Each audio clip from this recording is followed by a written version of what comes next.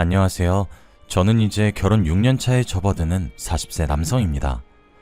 오늘 인간이기를 포기한 짐승 같은 놈을 여러분들에게 고발하고자 이렇게 글을 올립니다. 제 가정을 박살내고 인생을 송두리째 날려버리려고 했던 그놈에 대한 한 맺힌 분노와 증오심이 아직까지 사라지지 않았거든요. 모든 것의 시작은 7년 전 아내를 처음 만난 날대로 거슬러 올라갑니다. 그때 저는 유명한 남성 의류 브랜드의 매장 관리직으로 일하고 있었습니다. 원래는 대학에서 신문방송학을 전공했고 기자가 되려고 했는데요. 대학 다닐 때 아는 선배의 부탁으로 홈쇼핑 방송을 하는 채널에서 하던 진행보조 알바 때문에 꿈을 꾸게 되었습니다. 성호야, 내가 보니까 홈쇼핑 진행 쪽에 재능이 있는 것 같다. 기자 되는 것보다는 홈쇼핑 상품 기획자로 진로를 바꿔봐라. 선배 말대로 홈쇼핑 일이 꽤 재밌게 느껴졌습니다. 특히 잘 팔릴 만한 상품을 골라서 구성하는 게 재미있었거든요. 그래서 선배의 권유대로 상품 기획에 대한 공부를 시작했고 졸업 후에 알바를 했던 홈쇼핑 채널에서 입사해서 기획자로 일하게 되었습니다. 주로 남성 정장과 스포츠 의류를 파는 방송을 하게 되어서 의류 브랜드 관계자들과 친분을 갖게 되었습니다. 하지만 관계자들과 친해지고 그 바닥에 오래 붙게 되는 만큼 실적에 대한 압박이 커지기 시작했습니다. 방송을 하면서 실시간으로 올라오는 주문 상황을 볼 때마다 피가 마르는 심정이었죠. 기대에 못 미치는 실적이 나오는 날이면 데스크에 불려가서 질릴 때까지 혼이 나곤 했습니다. 야, 김PD, 이번 구성 초대박이라고 큰소리 치더니 완전 쪽박이잖아. 이따위로 상품 구성할 거면 사표 쓰고 나가! 새로운 기획을 내놔야 할 때마다 며칠씩 잠도 못 자고 머리를 쥐어짜야 했습니다. 적당한 일자리만 있다면 당장 그만두고 싶은 마음이 굴뚝 같았죠. 그러던 차에 좋은 기회가 찾아왔습니다. 여름 휴가철을 앞두고 제가 기획한 스포츠 의류 세트가 그야말로 초대박 히트를 친 것입니다. 그날 저는 브랜드 회사 간부들과 회식을 하게 되었죠. 그때 담당 부장과 여러 가지 이야기를 하다가 부장님이 제 고등학교 선배란 사실을 알게 되었습니다. 뭐? 땡땡학교 나왔다고? 야, 반갑다. 네가 땡땡학교 나올 줄은 몰랐네. 저랑 같은 학교였을 줄이야. 앞으로 잘 부탁드립니다, 선배님. 선배님은 무슨. 너 혹시 내 밑으로 와서 일할 생각 없냐? 부장이 백화점 매장들을 관리할 매니저가 필요하다면서 자기 밑으로 들어오라고 하더군요. 그 자리에서 조건을 들어보니 지금 일하는 데보다 훨씬 좋아 보였습니다. 그렇지 않아도 지쳐서 그만두고 싶었는데 이게 웬 떡이냐 하는 생각에 냉큼 제안을 받아들였죠. 다음 달부터 직장을 옮겨서 일을 하게 되었습니다. 매장을 관리하는 일은 크게 어려운 일이 없었어요. 무엇보다 실적에 대한 부담감이 별로 없었습니다.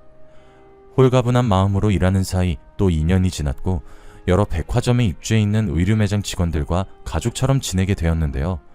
의류 매장 여직원들 중 몇 명하고 썸을 타기도 했습니다. 그런데 크게 발전하지 못하고 썸이 깨지는 일이 빈번했죠. 하루는 제가 관리하는 매장 중 한 곳을 찾아갔는데 낯선 여직원이 보였습니다. 새로 오신 분이냐고 물으니까 안면이 있던 직원이 신입 여직원이라고 소개를 해주었습니다. 여직원이 이름을 말해주면서 꾸벅 인사를 건네더라고요. 안녕하세요. 오늘부터 이 매장에서 일하게 된 한정혜라고 합니다. 부족하지만 열심히 하겠습니다. 잘 부탁드려요. 그 뒤로 정혜씨와 친해지게 되었죠. 제가 매장에 나가면 언제나 환하게 웃으면서 인사를 건네주었고 커피나 음료수를 가져와서 절 챙겨주기도 하였습니다. 정혜씨는 웃을 때 볼에 패이는 보조개가 아주 매력적이었죠. 게다가 저한테 호감이 있는지 몇 달이 지나도 제게만 잘해주는 게 눈에 보였습니다. 정혜씨가 나를 짝사랑하는 게 아닐까 고민하고 있을 무렵 다른 직원들이 이상한 말을 해주었습니다. 김대리님, 정혜는 원래 다 잘해줘요. 원래 성격이 착해서 여직원들한테도 그렇게 챙겨주더라고요. 그러니까 괜히 김칫국부터 마시지 말고 정신 차리세요.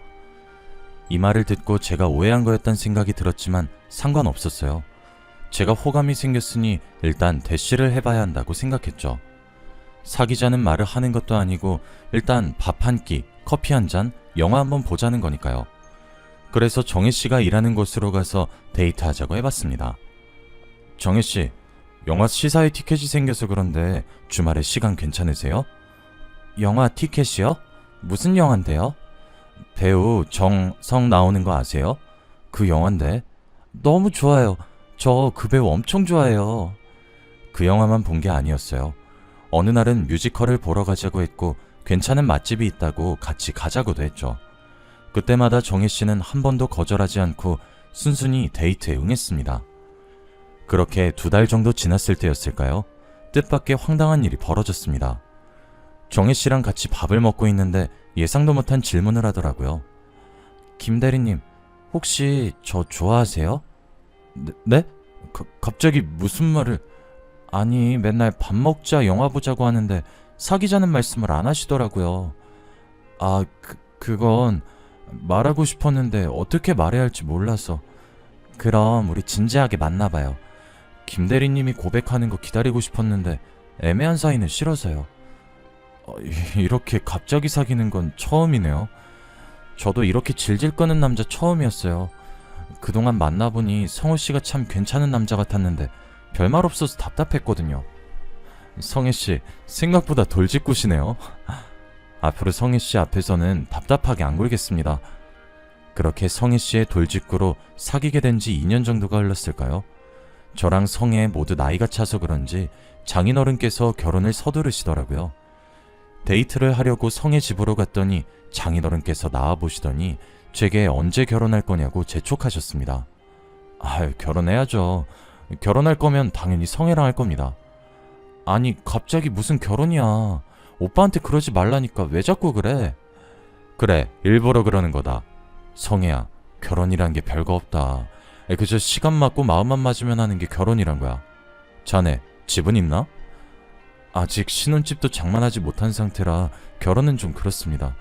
제가 준비되면 바로 성혜랑 결혼하도록 하겠습니다. 저도 하루빨리 성혜와 한 집에서 살고 싶었지만 집 한 채 장만할 형편이 되지 못했습니다. 그렇다고 부모님에게 손을 벌릴 상황도 아니었죠. 엄마가 몸이 아파서 병원에 계셨고 장사를 하시는 아버지 수입의 절반 정도가 엄마 병원비로 들어가는 형편이었습니다. 성혜가 결혼 이야기 그만하라고 장인어른을 집으로 끌고 가려고 해도 고집이 있으셨습니다. 준비가 되면 결혼하겠다는 말에 장인어른께서 물으셨죠. 만약 대출로 집을 사게 된다면 자네가 얼마나 감당할 수 있나? 글쎄요, 한 7천 정도 될 것 같습니다. 그러면 나머진 내가 보태줄 테니 아파트 하나 장만해라. 장인어른의 파격적인 제안에 진짜로 결혼해야 하나 싶었습니다. 그런데 정신 차리고 보니 경매로 나온 아파트들을 보고 있더군요. 그 중에서 3억짜리 아파트를 구매하게 되었습니다. 당연히 장인어른의 도움으로 산 것이니 명의는 장인어른 앞으로 해드렸죠. 그렇게 저희가 결혼을 하게 되고 꿈에 그리던 신혼생활도 시작하게 되었습니다. 아내와 결혼을 하고 보름 정도 지났을 때였을까요? 아내가 수상했습니다. 밤늦은 시간인데 전화가 걸려왔고 그때마다 아내가 제 눈치를 보면서 전화를 받았습니다. 어떨 때는 저 몰래 나가서 전화를 받는 날도 있었습니다. 아내에게 누구냐고 물어보면 결혼 전에 대출받은 것 때문에 온 독촉 전화라고 하더군요. 그래서 제가 버럭 화를 내며 말하였습니다. 뭐? 아무리 채무자라도 자정이 넘은 새벽에 독촉 전화하는 건 엄연한 불법이야. 당장 신고해. 아니, 난 그렇게는 못해. 사금융에서 돈을 빌렸거든. 사금융? 당신 사채 썼단 말이야? 그럴 사정이 있어서 500 정도 빌렸어. 별거 아니야. 아직 갚을 때가 안 됐는데 자꾸 독촉을 하네. 다음 달에 갚아버리면 끝나. 아내는 사채가 조금 있지만 자기가 알아서 해결할 테니 걱정하지 말라고 했습니다. 그 뒤로 아내가 도대체 무슨 짓을 저지르고 있나 지켜보게 되었죠. 제 예상대로 아내의 이상한 행동이 계속되고 있었습니다. 어느 날 집에 와보니 현관에 보조키가 2개나 더 달려있더군요. 복도로 통하는 창문에는 쇠창살까지 설치되어 있어 아내에게 이게 도대체 뭔지 물어봤습니다. 여보, 도대체 이게 다 뭐야? 보조키는 왜 달았고 쇠창살은 왜 단 건데? 도둑이라도 들었어? 경비 아저씨가 그러는데 바로 옆동에 강도가 들었대. 나 혼자 집에 있으려니까 무서워서 설치한 거야. 그렇구나. 집에 들어오는데 깜짝 놀랐잖아. 다음엔 말하고 달아. 이런 건 상의하고 해야지. 당신만 사는 집 아니잖아. 제가 이렇게 말하긴 했지만 옆동에 강도가 들었다니 걱정이 되긴 했습니다. 아내가 결혼한 후로 매장을 그만뒀거든요. 혼자 있으면 당연히 무서울 거라고 생각했습니다. 한편으론 상의도 하지 않고 멋대로 보조키와 새창살을 단 아내에게 서운했는데요. 저는 은근히 맞벌이를 바랬는데 아내가 저한테 말도 안 하고 사직서를 냈거든요. 제가 왜 말도 안 하고 그만뒀냐고 물어보니까 결혼 전부터 전업주부를 원했다고 합니다. 서운하다고 말해봤자 듣지도 않는 것 같았죠. 사직 처리된 거 미룰 수도 없으니 더 이상 싸우지 않으려고 그 이야기를 꺼내지 않았습니다. 그런데 시간이 지날수록 아내가 지나치단 생각이 들더군요. 문단 속에 유독 예민해져서는 저하고 싸우는 일이 잦았습니다. 그날은 아내가 씻는 사이에 배달 음식을 시킨 날이었습니다. 너무 배가 고파 말도 안 하고 시킨 것인데 아내가 초인종 소리를 듣고 놀라 저한테 소리를 지르는 거 있죠. 당신 뭐야? 배달시킬 거면서 왜 말도 안 해? 아니, 당신 씻고 있었잖아. 당신 찜닭 좋아해서 일부러 이거 시켰는데 왜 그래? 사람이 배가 많이 고프면 말도 안 하고 시킬 수도 있는 거 아니야? 내가 뭐 말도 안 하고 배달시키니까 그렇지. 이상한 사람이 초인종 누른 줄 알았잖아. 앞으로 나한테 말하고 배달시켜? 이상한 사람이 초인종 누를 일이 뭐가 있어. 그리고 당신은 나한테 말하고 행동한 적 있어? 나한테 말도 안 하고 이 보조키랑 이 새창살이랑 단 건 뭔데? 아, 정말 그만 좀 해. 왜 나한테만 이러는 건데? 저도 그동안 쌓인 서운함을 폭발시킨 것도 있었지만 아내가 유독 예민하게 반응해서 놀랐습니다. 연애 시절 보던 아내의 모습이 아니었죠. 자기 전에 문이 제대로 잠겼는지 몇 번이나 강박적으로 확인하더니 이번에는 약을 먹는 모습을 보여주었습니다. 아내는 두통약이라고 둘러대길래 약통에 적힌 라벨을 기억해두고 인터넷에 검색해보았죠. 아내가 먹고 있는 약은 두통약이 아니라 신경안정제였습니다. 그것도 신경정신과 전문의 처방 없이는 살 수 없는 정신과 약이었죠. 그래서 제가 왜 숨기고 있었냐고 물으니 아내가 오히려 화를 냈습니다. 내가 정신과 상담받고 있는지 어떻게 알았어? 설마 내 가방 뒤져본 거야? 걱정되니까 그렇지. 두통약이라고 하길래 무슨 약인지 검색만 해본 거야. 당신 가방 뒤져본 적 없어. 그걸 왜 검색해보는데? 별거 아니라고 몇 번을 말해. 당신이 신경 안 쓰는 게 도와주는 거야. 그러니까 나한테 신경 꺼. 마누라가 정신과 약 먹고 있는데 어떻게 신경을 안 써? 밤마다 잠도 못 자고 머리 싸매고 있으면서 왜 말을 안 해주냐고. 그냥 머리가 아파서 먹는 약이라고 했잖아. 왜 소리를 질러? 당신 나한테 뭐 숨기는 거 있지? 뭘 숨겨? 그런 거 없어. 그러니까 제발 귀찮게 하지 말라고. 아내는 제가 캐내면 캐낼수록 그런 거 아니다, 신경 쓰지 말라는 말만 되풀이했습니다. 결혼 전에는 아니랬는데 같이 살면 살수록 아내를 믿을 수 없게 되더군요. 그런데 얼마 후에 아내의 휴대폰에서 뜻밖의 문자를 보게 되었습니다. 알림이 떠서 얼른 쳐다보았더니 남자가 보낸 게 분명해 보였죠. 너를 잊지 못하겠다고 하고 괜히 헤어졌다고 하는 걸 보니 저 몰래 바람을 핀 것 같았습니다. 여보, 이 자식 누구야? 이놈하고 무슨 관계인데 이런 문자를 주고받는 거야? 왜 남의 휴대폰을 몰래 훔쳐봐? 당신 지금 남이라고 했어? 내가 왜 남인데? 이럴 거면 나랑 왜 결혼했어? 아무리 부부 사이라도 사생활은 있어. 내 폰 이리 내놔. 허락 없이 훔쳐본 건 미안한데 폰은 못 돌려주겠는데? 솔직하게 고백하면 돌려줄게. 괜히 헤어졌단 문자는 뭔데? 그냥 예전에 알던 오빠인데 자꾸 연락하면서 귀찮게 하네. 별거 아니야. 됐지? 당신 이 자식이랑 바람 피는 거야? 뭐? 바람? 내가 미쳤어? 절대 아니야. 그런데 그냥 하던 오빠랑 이런 문자를 주고받는다고? 말도 안 되는 소리 하지 마. 당신 의처증 있어? 맨날 나보고 병원 가보자고 하더니 정신과 상담 받아야 될 사람은 당신이네. 그렇게 내가 의심스러우면 헤어져. 제가 불륜을 의심하자 아내는 길길이 날뛰면서 이혼하잔 말을 했습니다. 저희들은 그날 심하게 말다툼을 했고 서로에게 남아있던 애정마저 사라지고 말았죠. 결혼한 지 겨우 2달 된 신혼인데도 각방을 쓰게 되었고 서로 대화도 하지 않게 되었습니다. 그리고 며칠 후에 엄청난 사건이 터지고 말았습니다. 아내가 감쪽같이 사라졌는데요. 짐을 챙겨서 집을 나간 게 아니라 말 그대로 하루아침에 사라진 것입니다. 아내의 노트북도 집에 그대로 있고 옷이나 신발까지 모두 다 그대로 있었거든요. 전화를 해봐도 휴대폰은 계속 꺼져 있었고 문자를 해도 답이 없었습니다. 그래서 장인어른을 찾아가서 아내가 없어졌단 말을 전해드렸습니다. 정애가 없어지다니 그게 무슨 말인가? 저도 어떻게 된 영문인지 모르겠어요. 퇴근하고 집에 와보니 짐은 그대로 두고 몸만 사라졌어요. 벌써 이틀이나 지났습니다. 혹시 장인어른께서 알고 계신 게 있나 해서요. 세상에, 어떻게 이런 일이... 장인어른도 아내가 사라진 줄 모르고 있었나 봅니다. 깜짝 놀라서 어찌할 바를 모르고 허둥거리시는 게 보여서 경찰에 신고하기로 마음먹었죠. 장인어른께서도 모르신다니 우선 경찰에 실종 신고를 해봐야겠네요. 김서방, 며칠만 더 기다려봐. 정혜가 절대 가출을 할 애가 아니란 거 자네도 알지 않나? 분명히 말 못할 사정이 있을 거야. 며칠 내로 연락이 올 테니까 조금만 기다려보자고. 딸이 사라졌는데 신고를 하지 말아달라니 무언가 이상해 보였습니다. 이렇게 갑자기 사라진 거면 범죄에 연루됐을 가능성이 크니까요. 그래서 일단은 장인어른을 지켜보면서 며칠을 더 기다려보기로 했습니다. 제 예상대로 장인어른을 만나뵐 때마다 저와 눈도 마주치지 못하고 시선을 피하더군요. 도대체 뭐를 숨기고 있길래 이러는 걸까 많은 상상을 해보았습니다. 그렇게 사흘이 지났지만 아내의 연락은 오지 않았습니다. 이제 가만히 앉아서 기다릴 순 없어서 아내의 지인들을 수소문해서 행방을 찾아보기로 했죠. 이 방법도 소용이 없으면 장인어른에게 신고하겠다는 통보를 하고 바로 경찰서로 가보려고 했습니다. 제가 아내의 지인들을 찾아가자 모두 다 깜짝 놀라면서 의외란 반응을 보였는데요. 아내의 실종과 관련된 단서를 찾지 못하다가 마지막으로 아내의 고등학교 친구에게 한 통의 전화를 받게 되었습니다. 안녕하세요. 저 성혜 친구 미연이라고 합니다.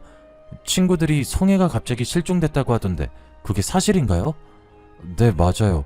갑자기 사라졌습니다. 저기, 그럼 오늘 시간 되면 만날 수 있을까요? 제가 드릴 말씀이 있어요.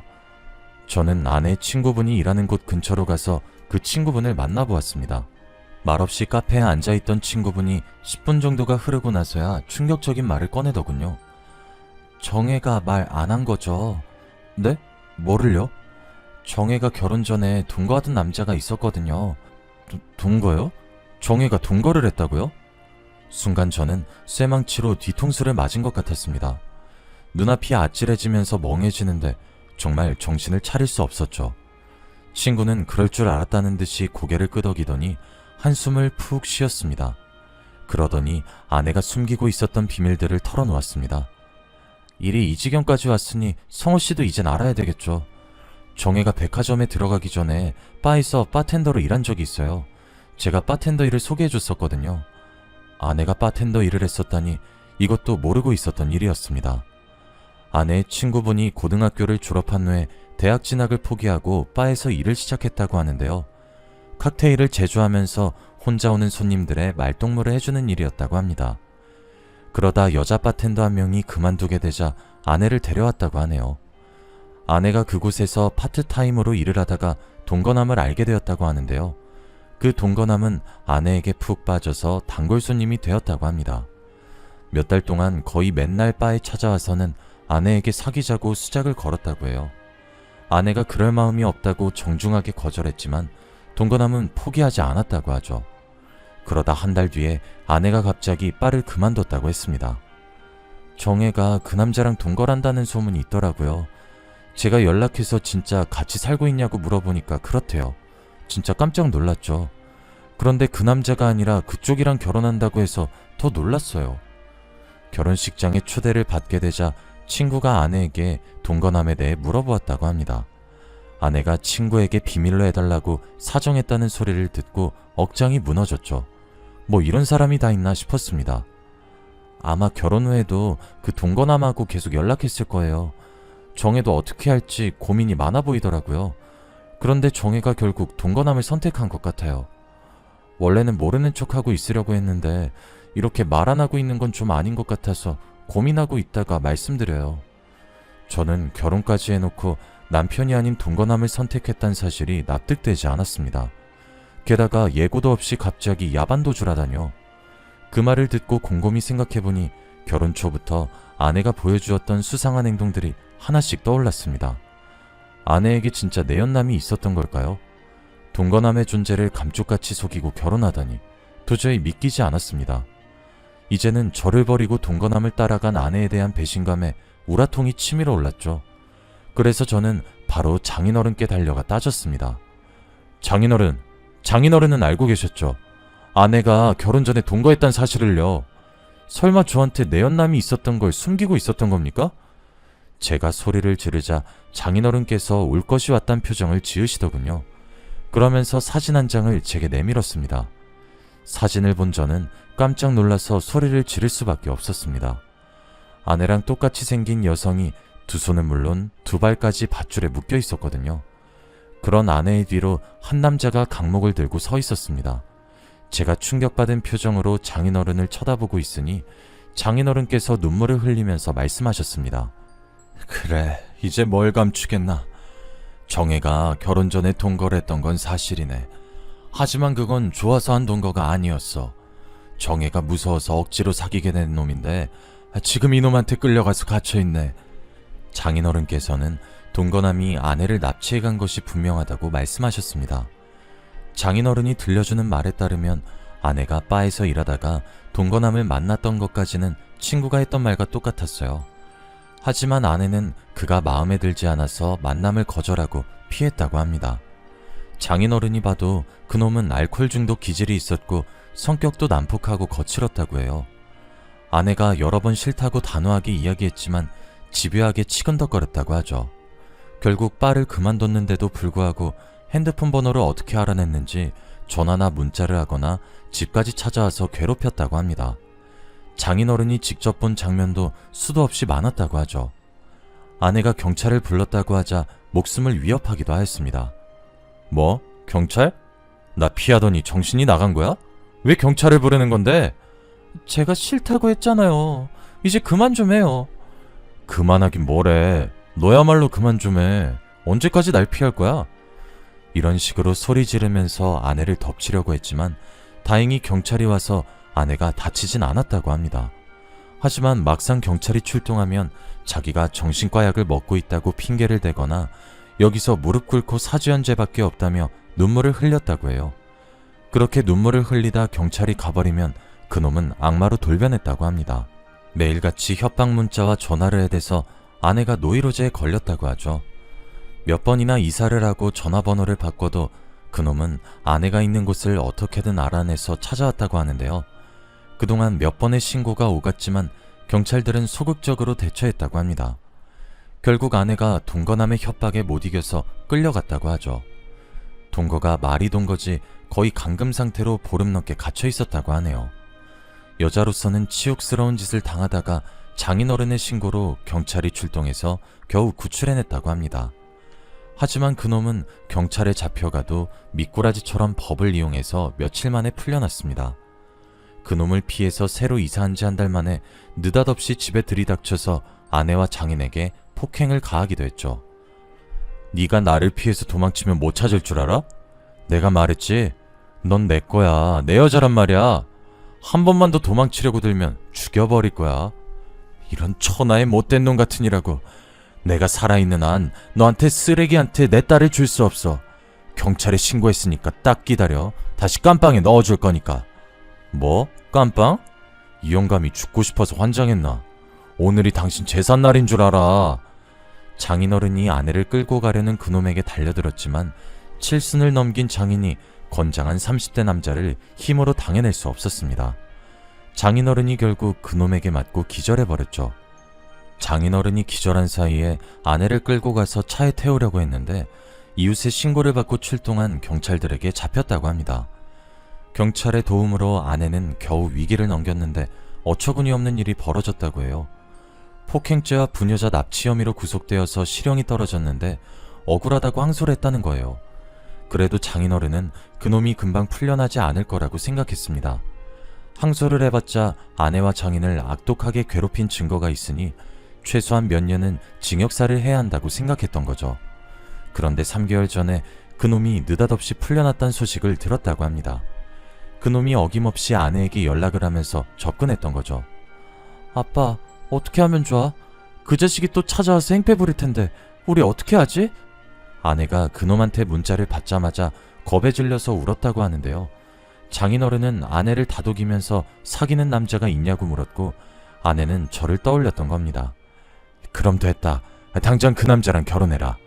아무리 정신병자의 사이코 같은 놈이라도 결혼해서 가정이 있는 유부녀에겐 함부로 하지 못할 거야. 아내는 그놈에게서 벗어나기 위해서 서둘러서 저와 결혼을 했던 거죠. 하지만 그놈은 유부녀가 된 아내에게도 계속 접근을 했고 아내를 납치하는 말도 안 되는 짓까지 저지른 겁니다. 이 사진은 그놈이 나한테 보낸 거야. 딸이 저런 모질고 험한 꼴을 당하는데 내 마음은 어떻겠나? 당장 경찰에 신고하고 싶지만 그놈은 정상적인 사람이 아니라서 우리 딸한테 무슨 짓을 저지를지 몰라.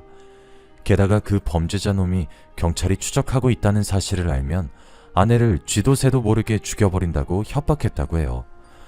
그렇다고 넋놓고 앉아있을 순 없잖아요. 경찰의 도움을 받아야 해요.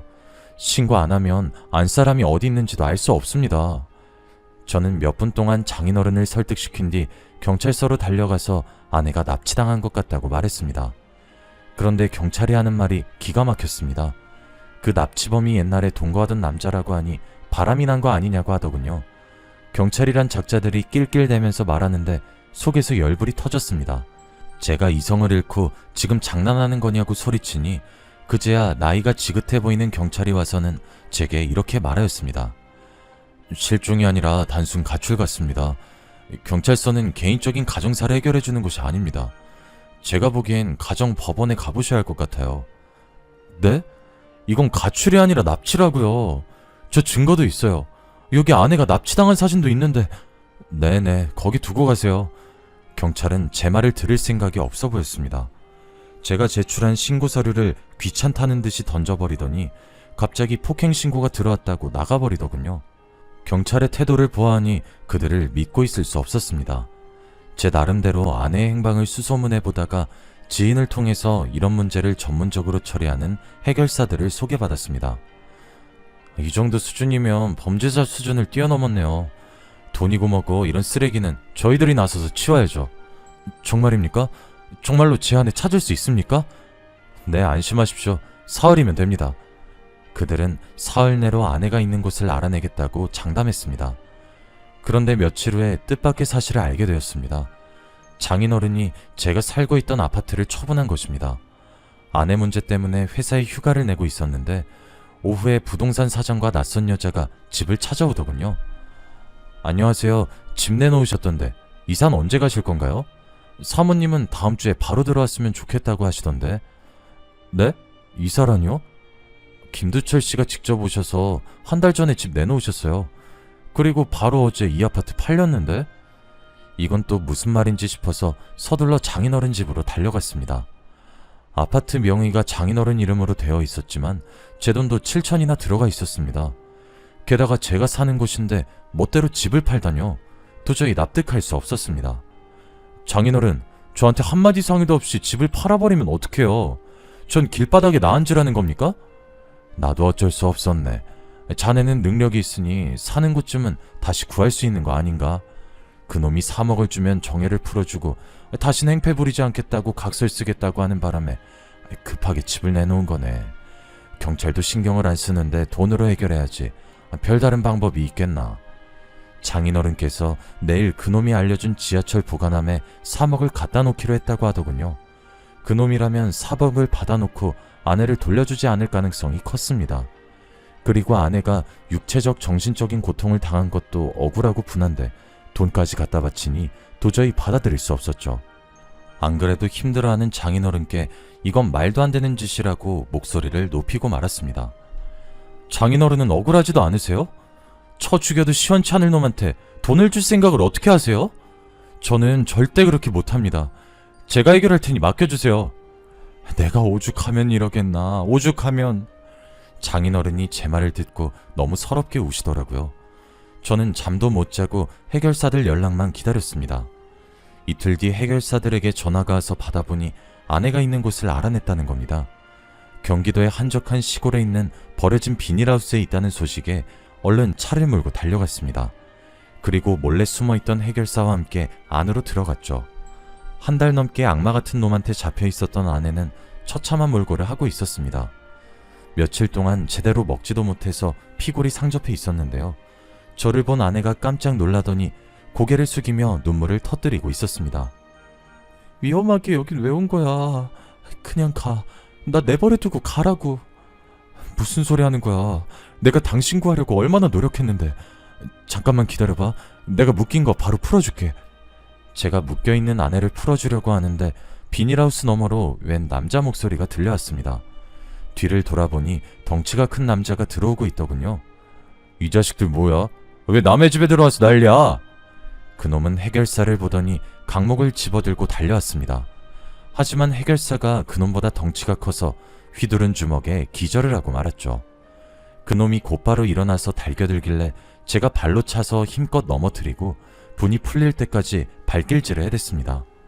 그렇게 그놈이 정신을 잃자 서둘러 아내를 풀어주었습니다.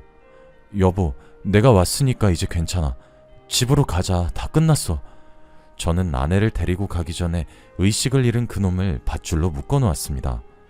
그리고 알게 된 충격적인 사실은 그 인간 말중에게도 결혼한 아내가 있었단 겁니다. 그놈 주머니를 뒤져 핸드폰을 살펴보니 소름 끼치는 문자 내역이 보이더군요. 돈이 궁해지니 아내를 납치하고 장인어른을 협박한 거였습니다. 아내를 좋아해서 미친 게 아니라 아내 몸값을 뜯어내 호화롭게 살 계획이었던 거죠. 제가 결국 이런 사실을 증거로 모아 신고를 하니 잠시 후에 경찰이 현장에 출동을 하였습니다. 납치범 마누라도 미쳤는지 경찰에게 저를 체포하라고 소리를 지르고 있더군요. 저놈이에요. 저놈이 제 남편을 정신이 나갈 정도로 때렸어요. 어서 잡아가세요. 하지만 경찰이 그놈이 휘둘렀던 강목을 발견했습니다. 그곳에 피가 묻어 있어서 DNA 검사를 해보겠다고 했는데요. 보나마나 다른 사람의 피거나 아내의 피가 묻어 있겠죠. 그리고 옆에 있던 해결사가 증인이 되어 주었습니다. 해결사에게는 이런 일이 자주 있었는지 아내를 구출한 순간을 휴대폰으로 촬영해 두었더군요. 그 동영상을 본 경찰이 그제야 저희 편을 들고 납치범을 체포하였습니다. 아내를 납치한 현장도 세심하게 관찰하며 숨겨져 있던 흉기도 찾아냈죠. 야, 이 흉기 증거물로 수집해. 내가 보기엔 정당방위 같은데, 안 그래? 제 생각도 그래요. 요즘 세상에도 이런 놈이 다 있네요. 이놈 어디서 본 것 같은데. 저번에도 폭행죄랑 협박죄로 들어간 놈 아니야? 네, 맞는 것 같아요. 이번에 깜빵 들어가면 꽤 오래 살다 나오겠네요. 경찰들이 하는 말을 듣고 엄청난 희망을 품었죠. 제발 저런 놈들은 적어도 10년 뒤에나 나오길 바랐습니다. 인간이라고 하기 어려운 이 두 짐승들은 감옥으로 들어갔는데 아내는 지금도 그놈들 때문에 불안해하고 있네요. 아내가 정신병원에 다니면서 치료를 받고 있지만 수면제 없인 자지 못하고 있습니다. 경찰들이 감옥에 갔으니 안심하라고 했지만 여전히 아내가 걱정됩니다. 아예 외국으로 뜰 생각도 있는데 또 가면 아내가 적응하지 못할까봐 고민이 되네요. 저희는 앞으로 어쩌면 좋을까요? 답답한 마음에 이렇게 사연을 보내봅니다.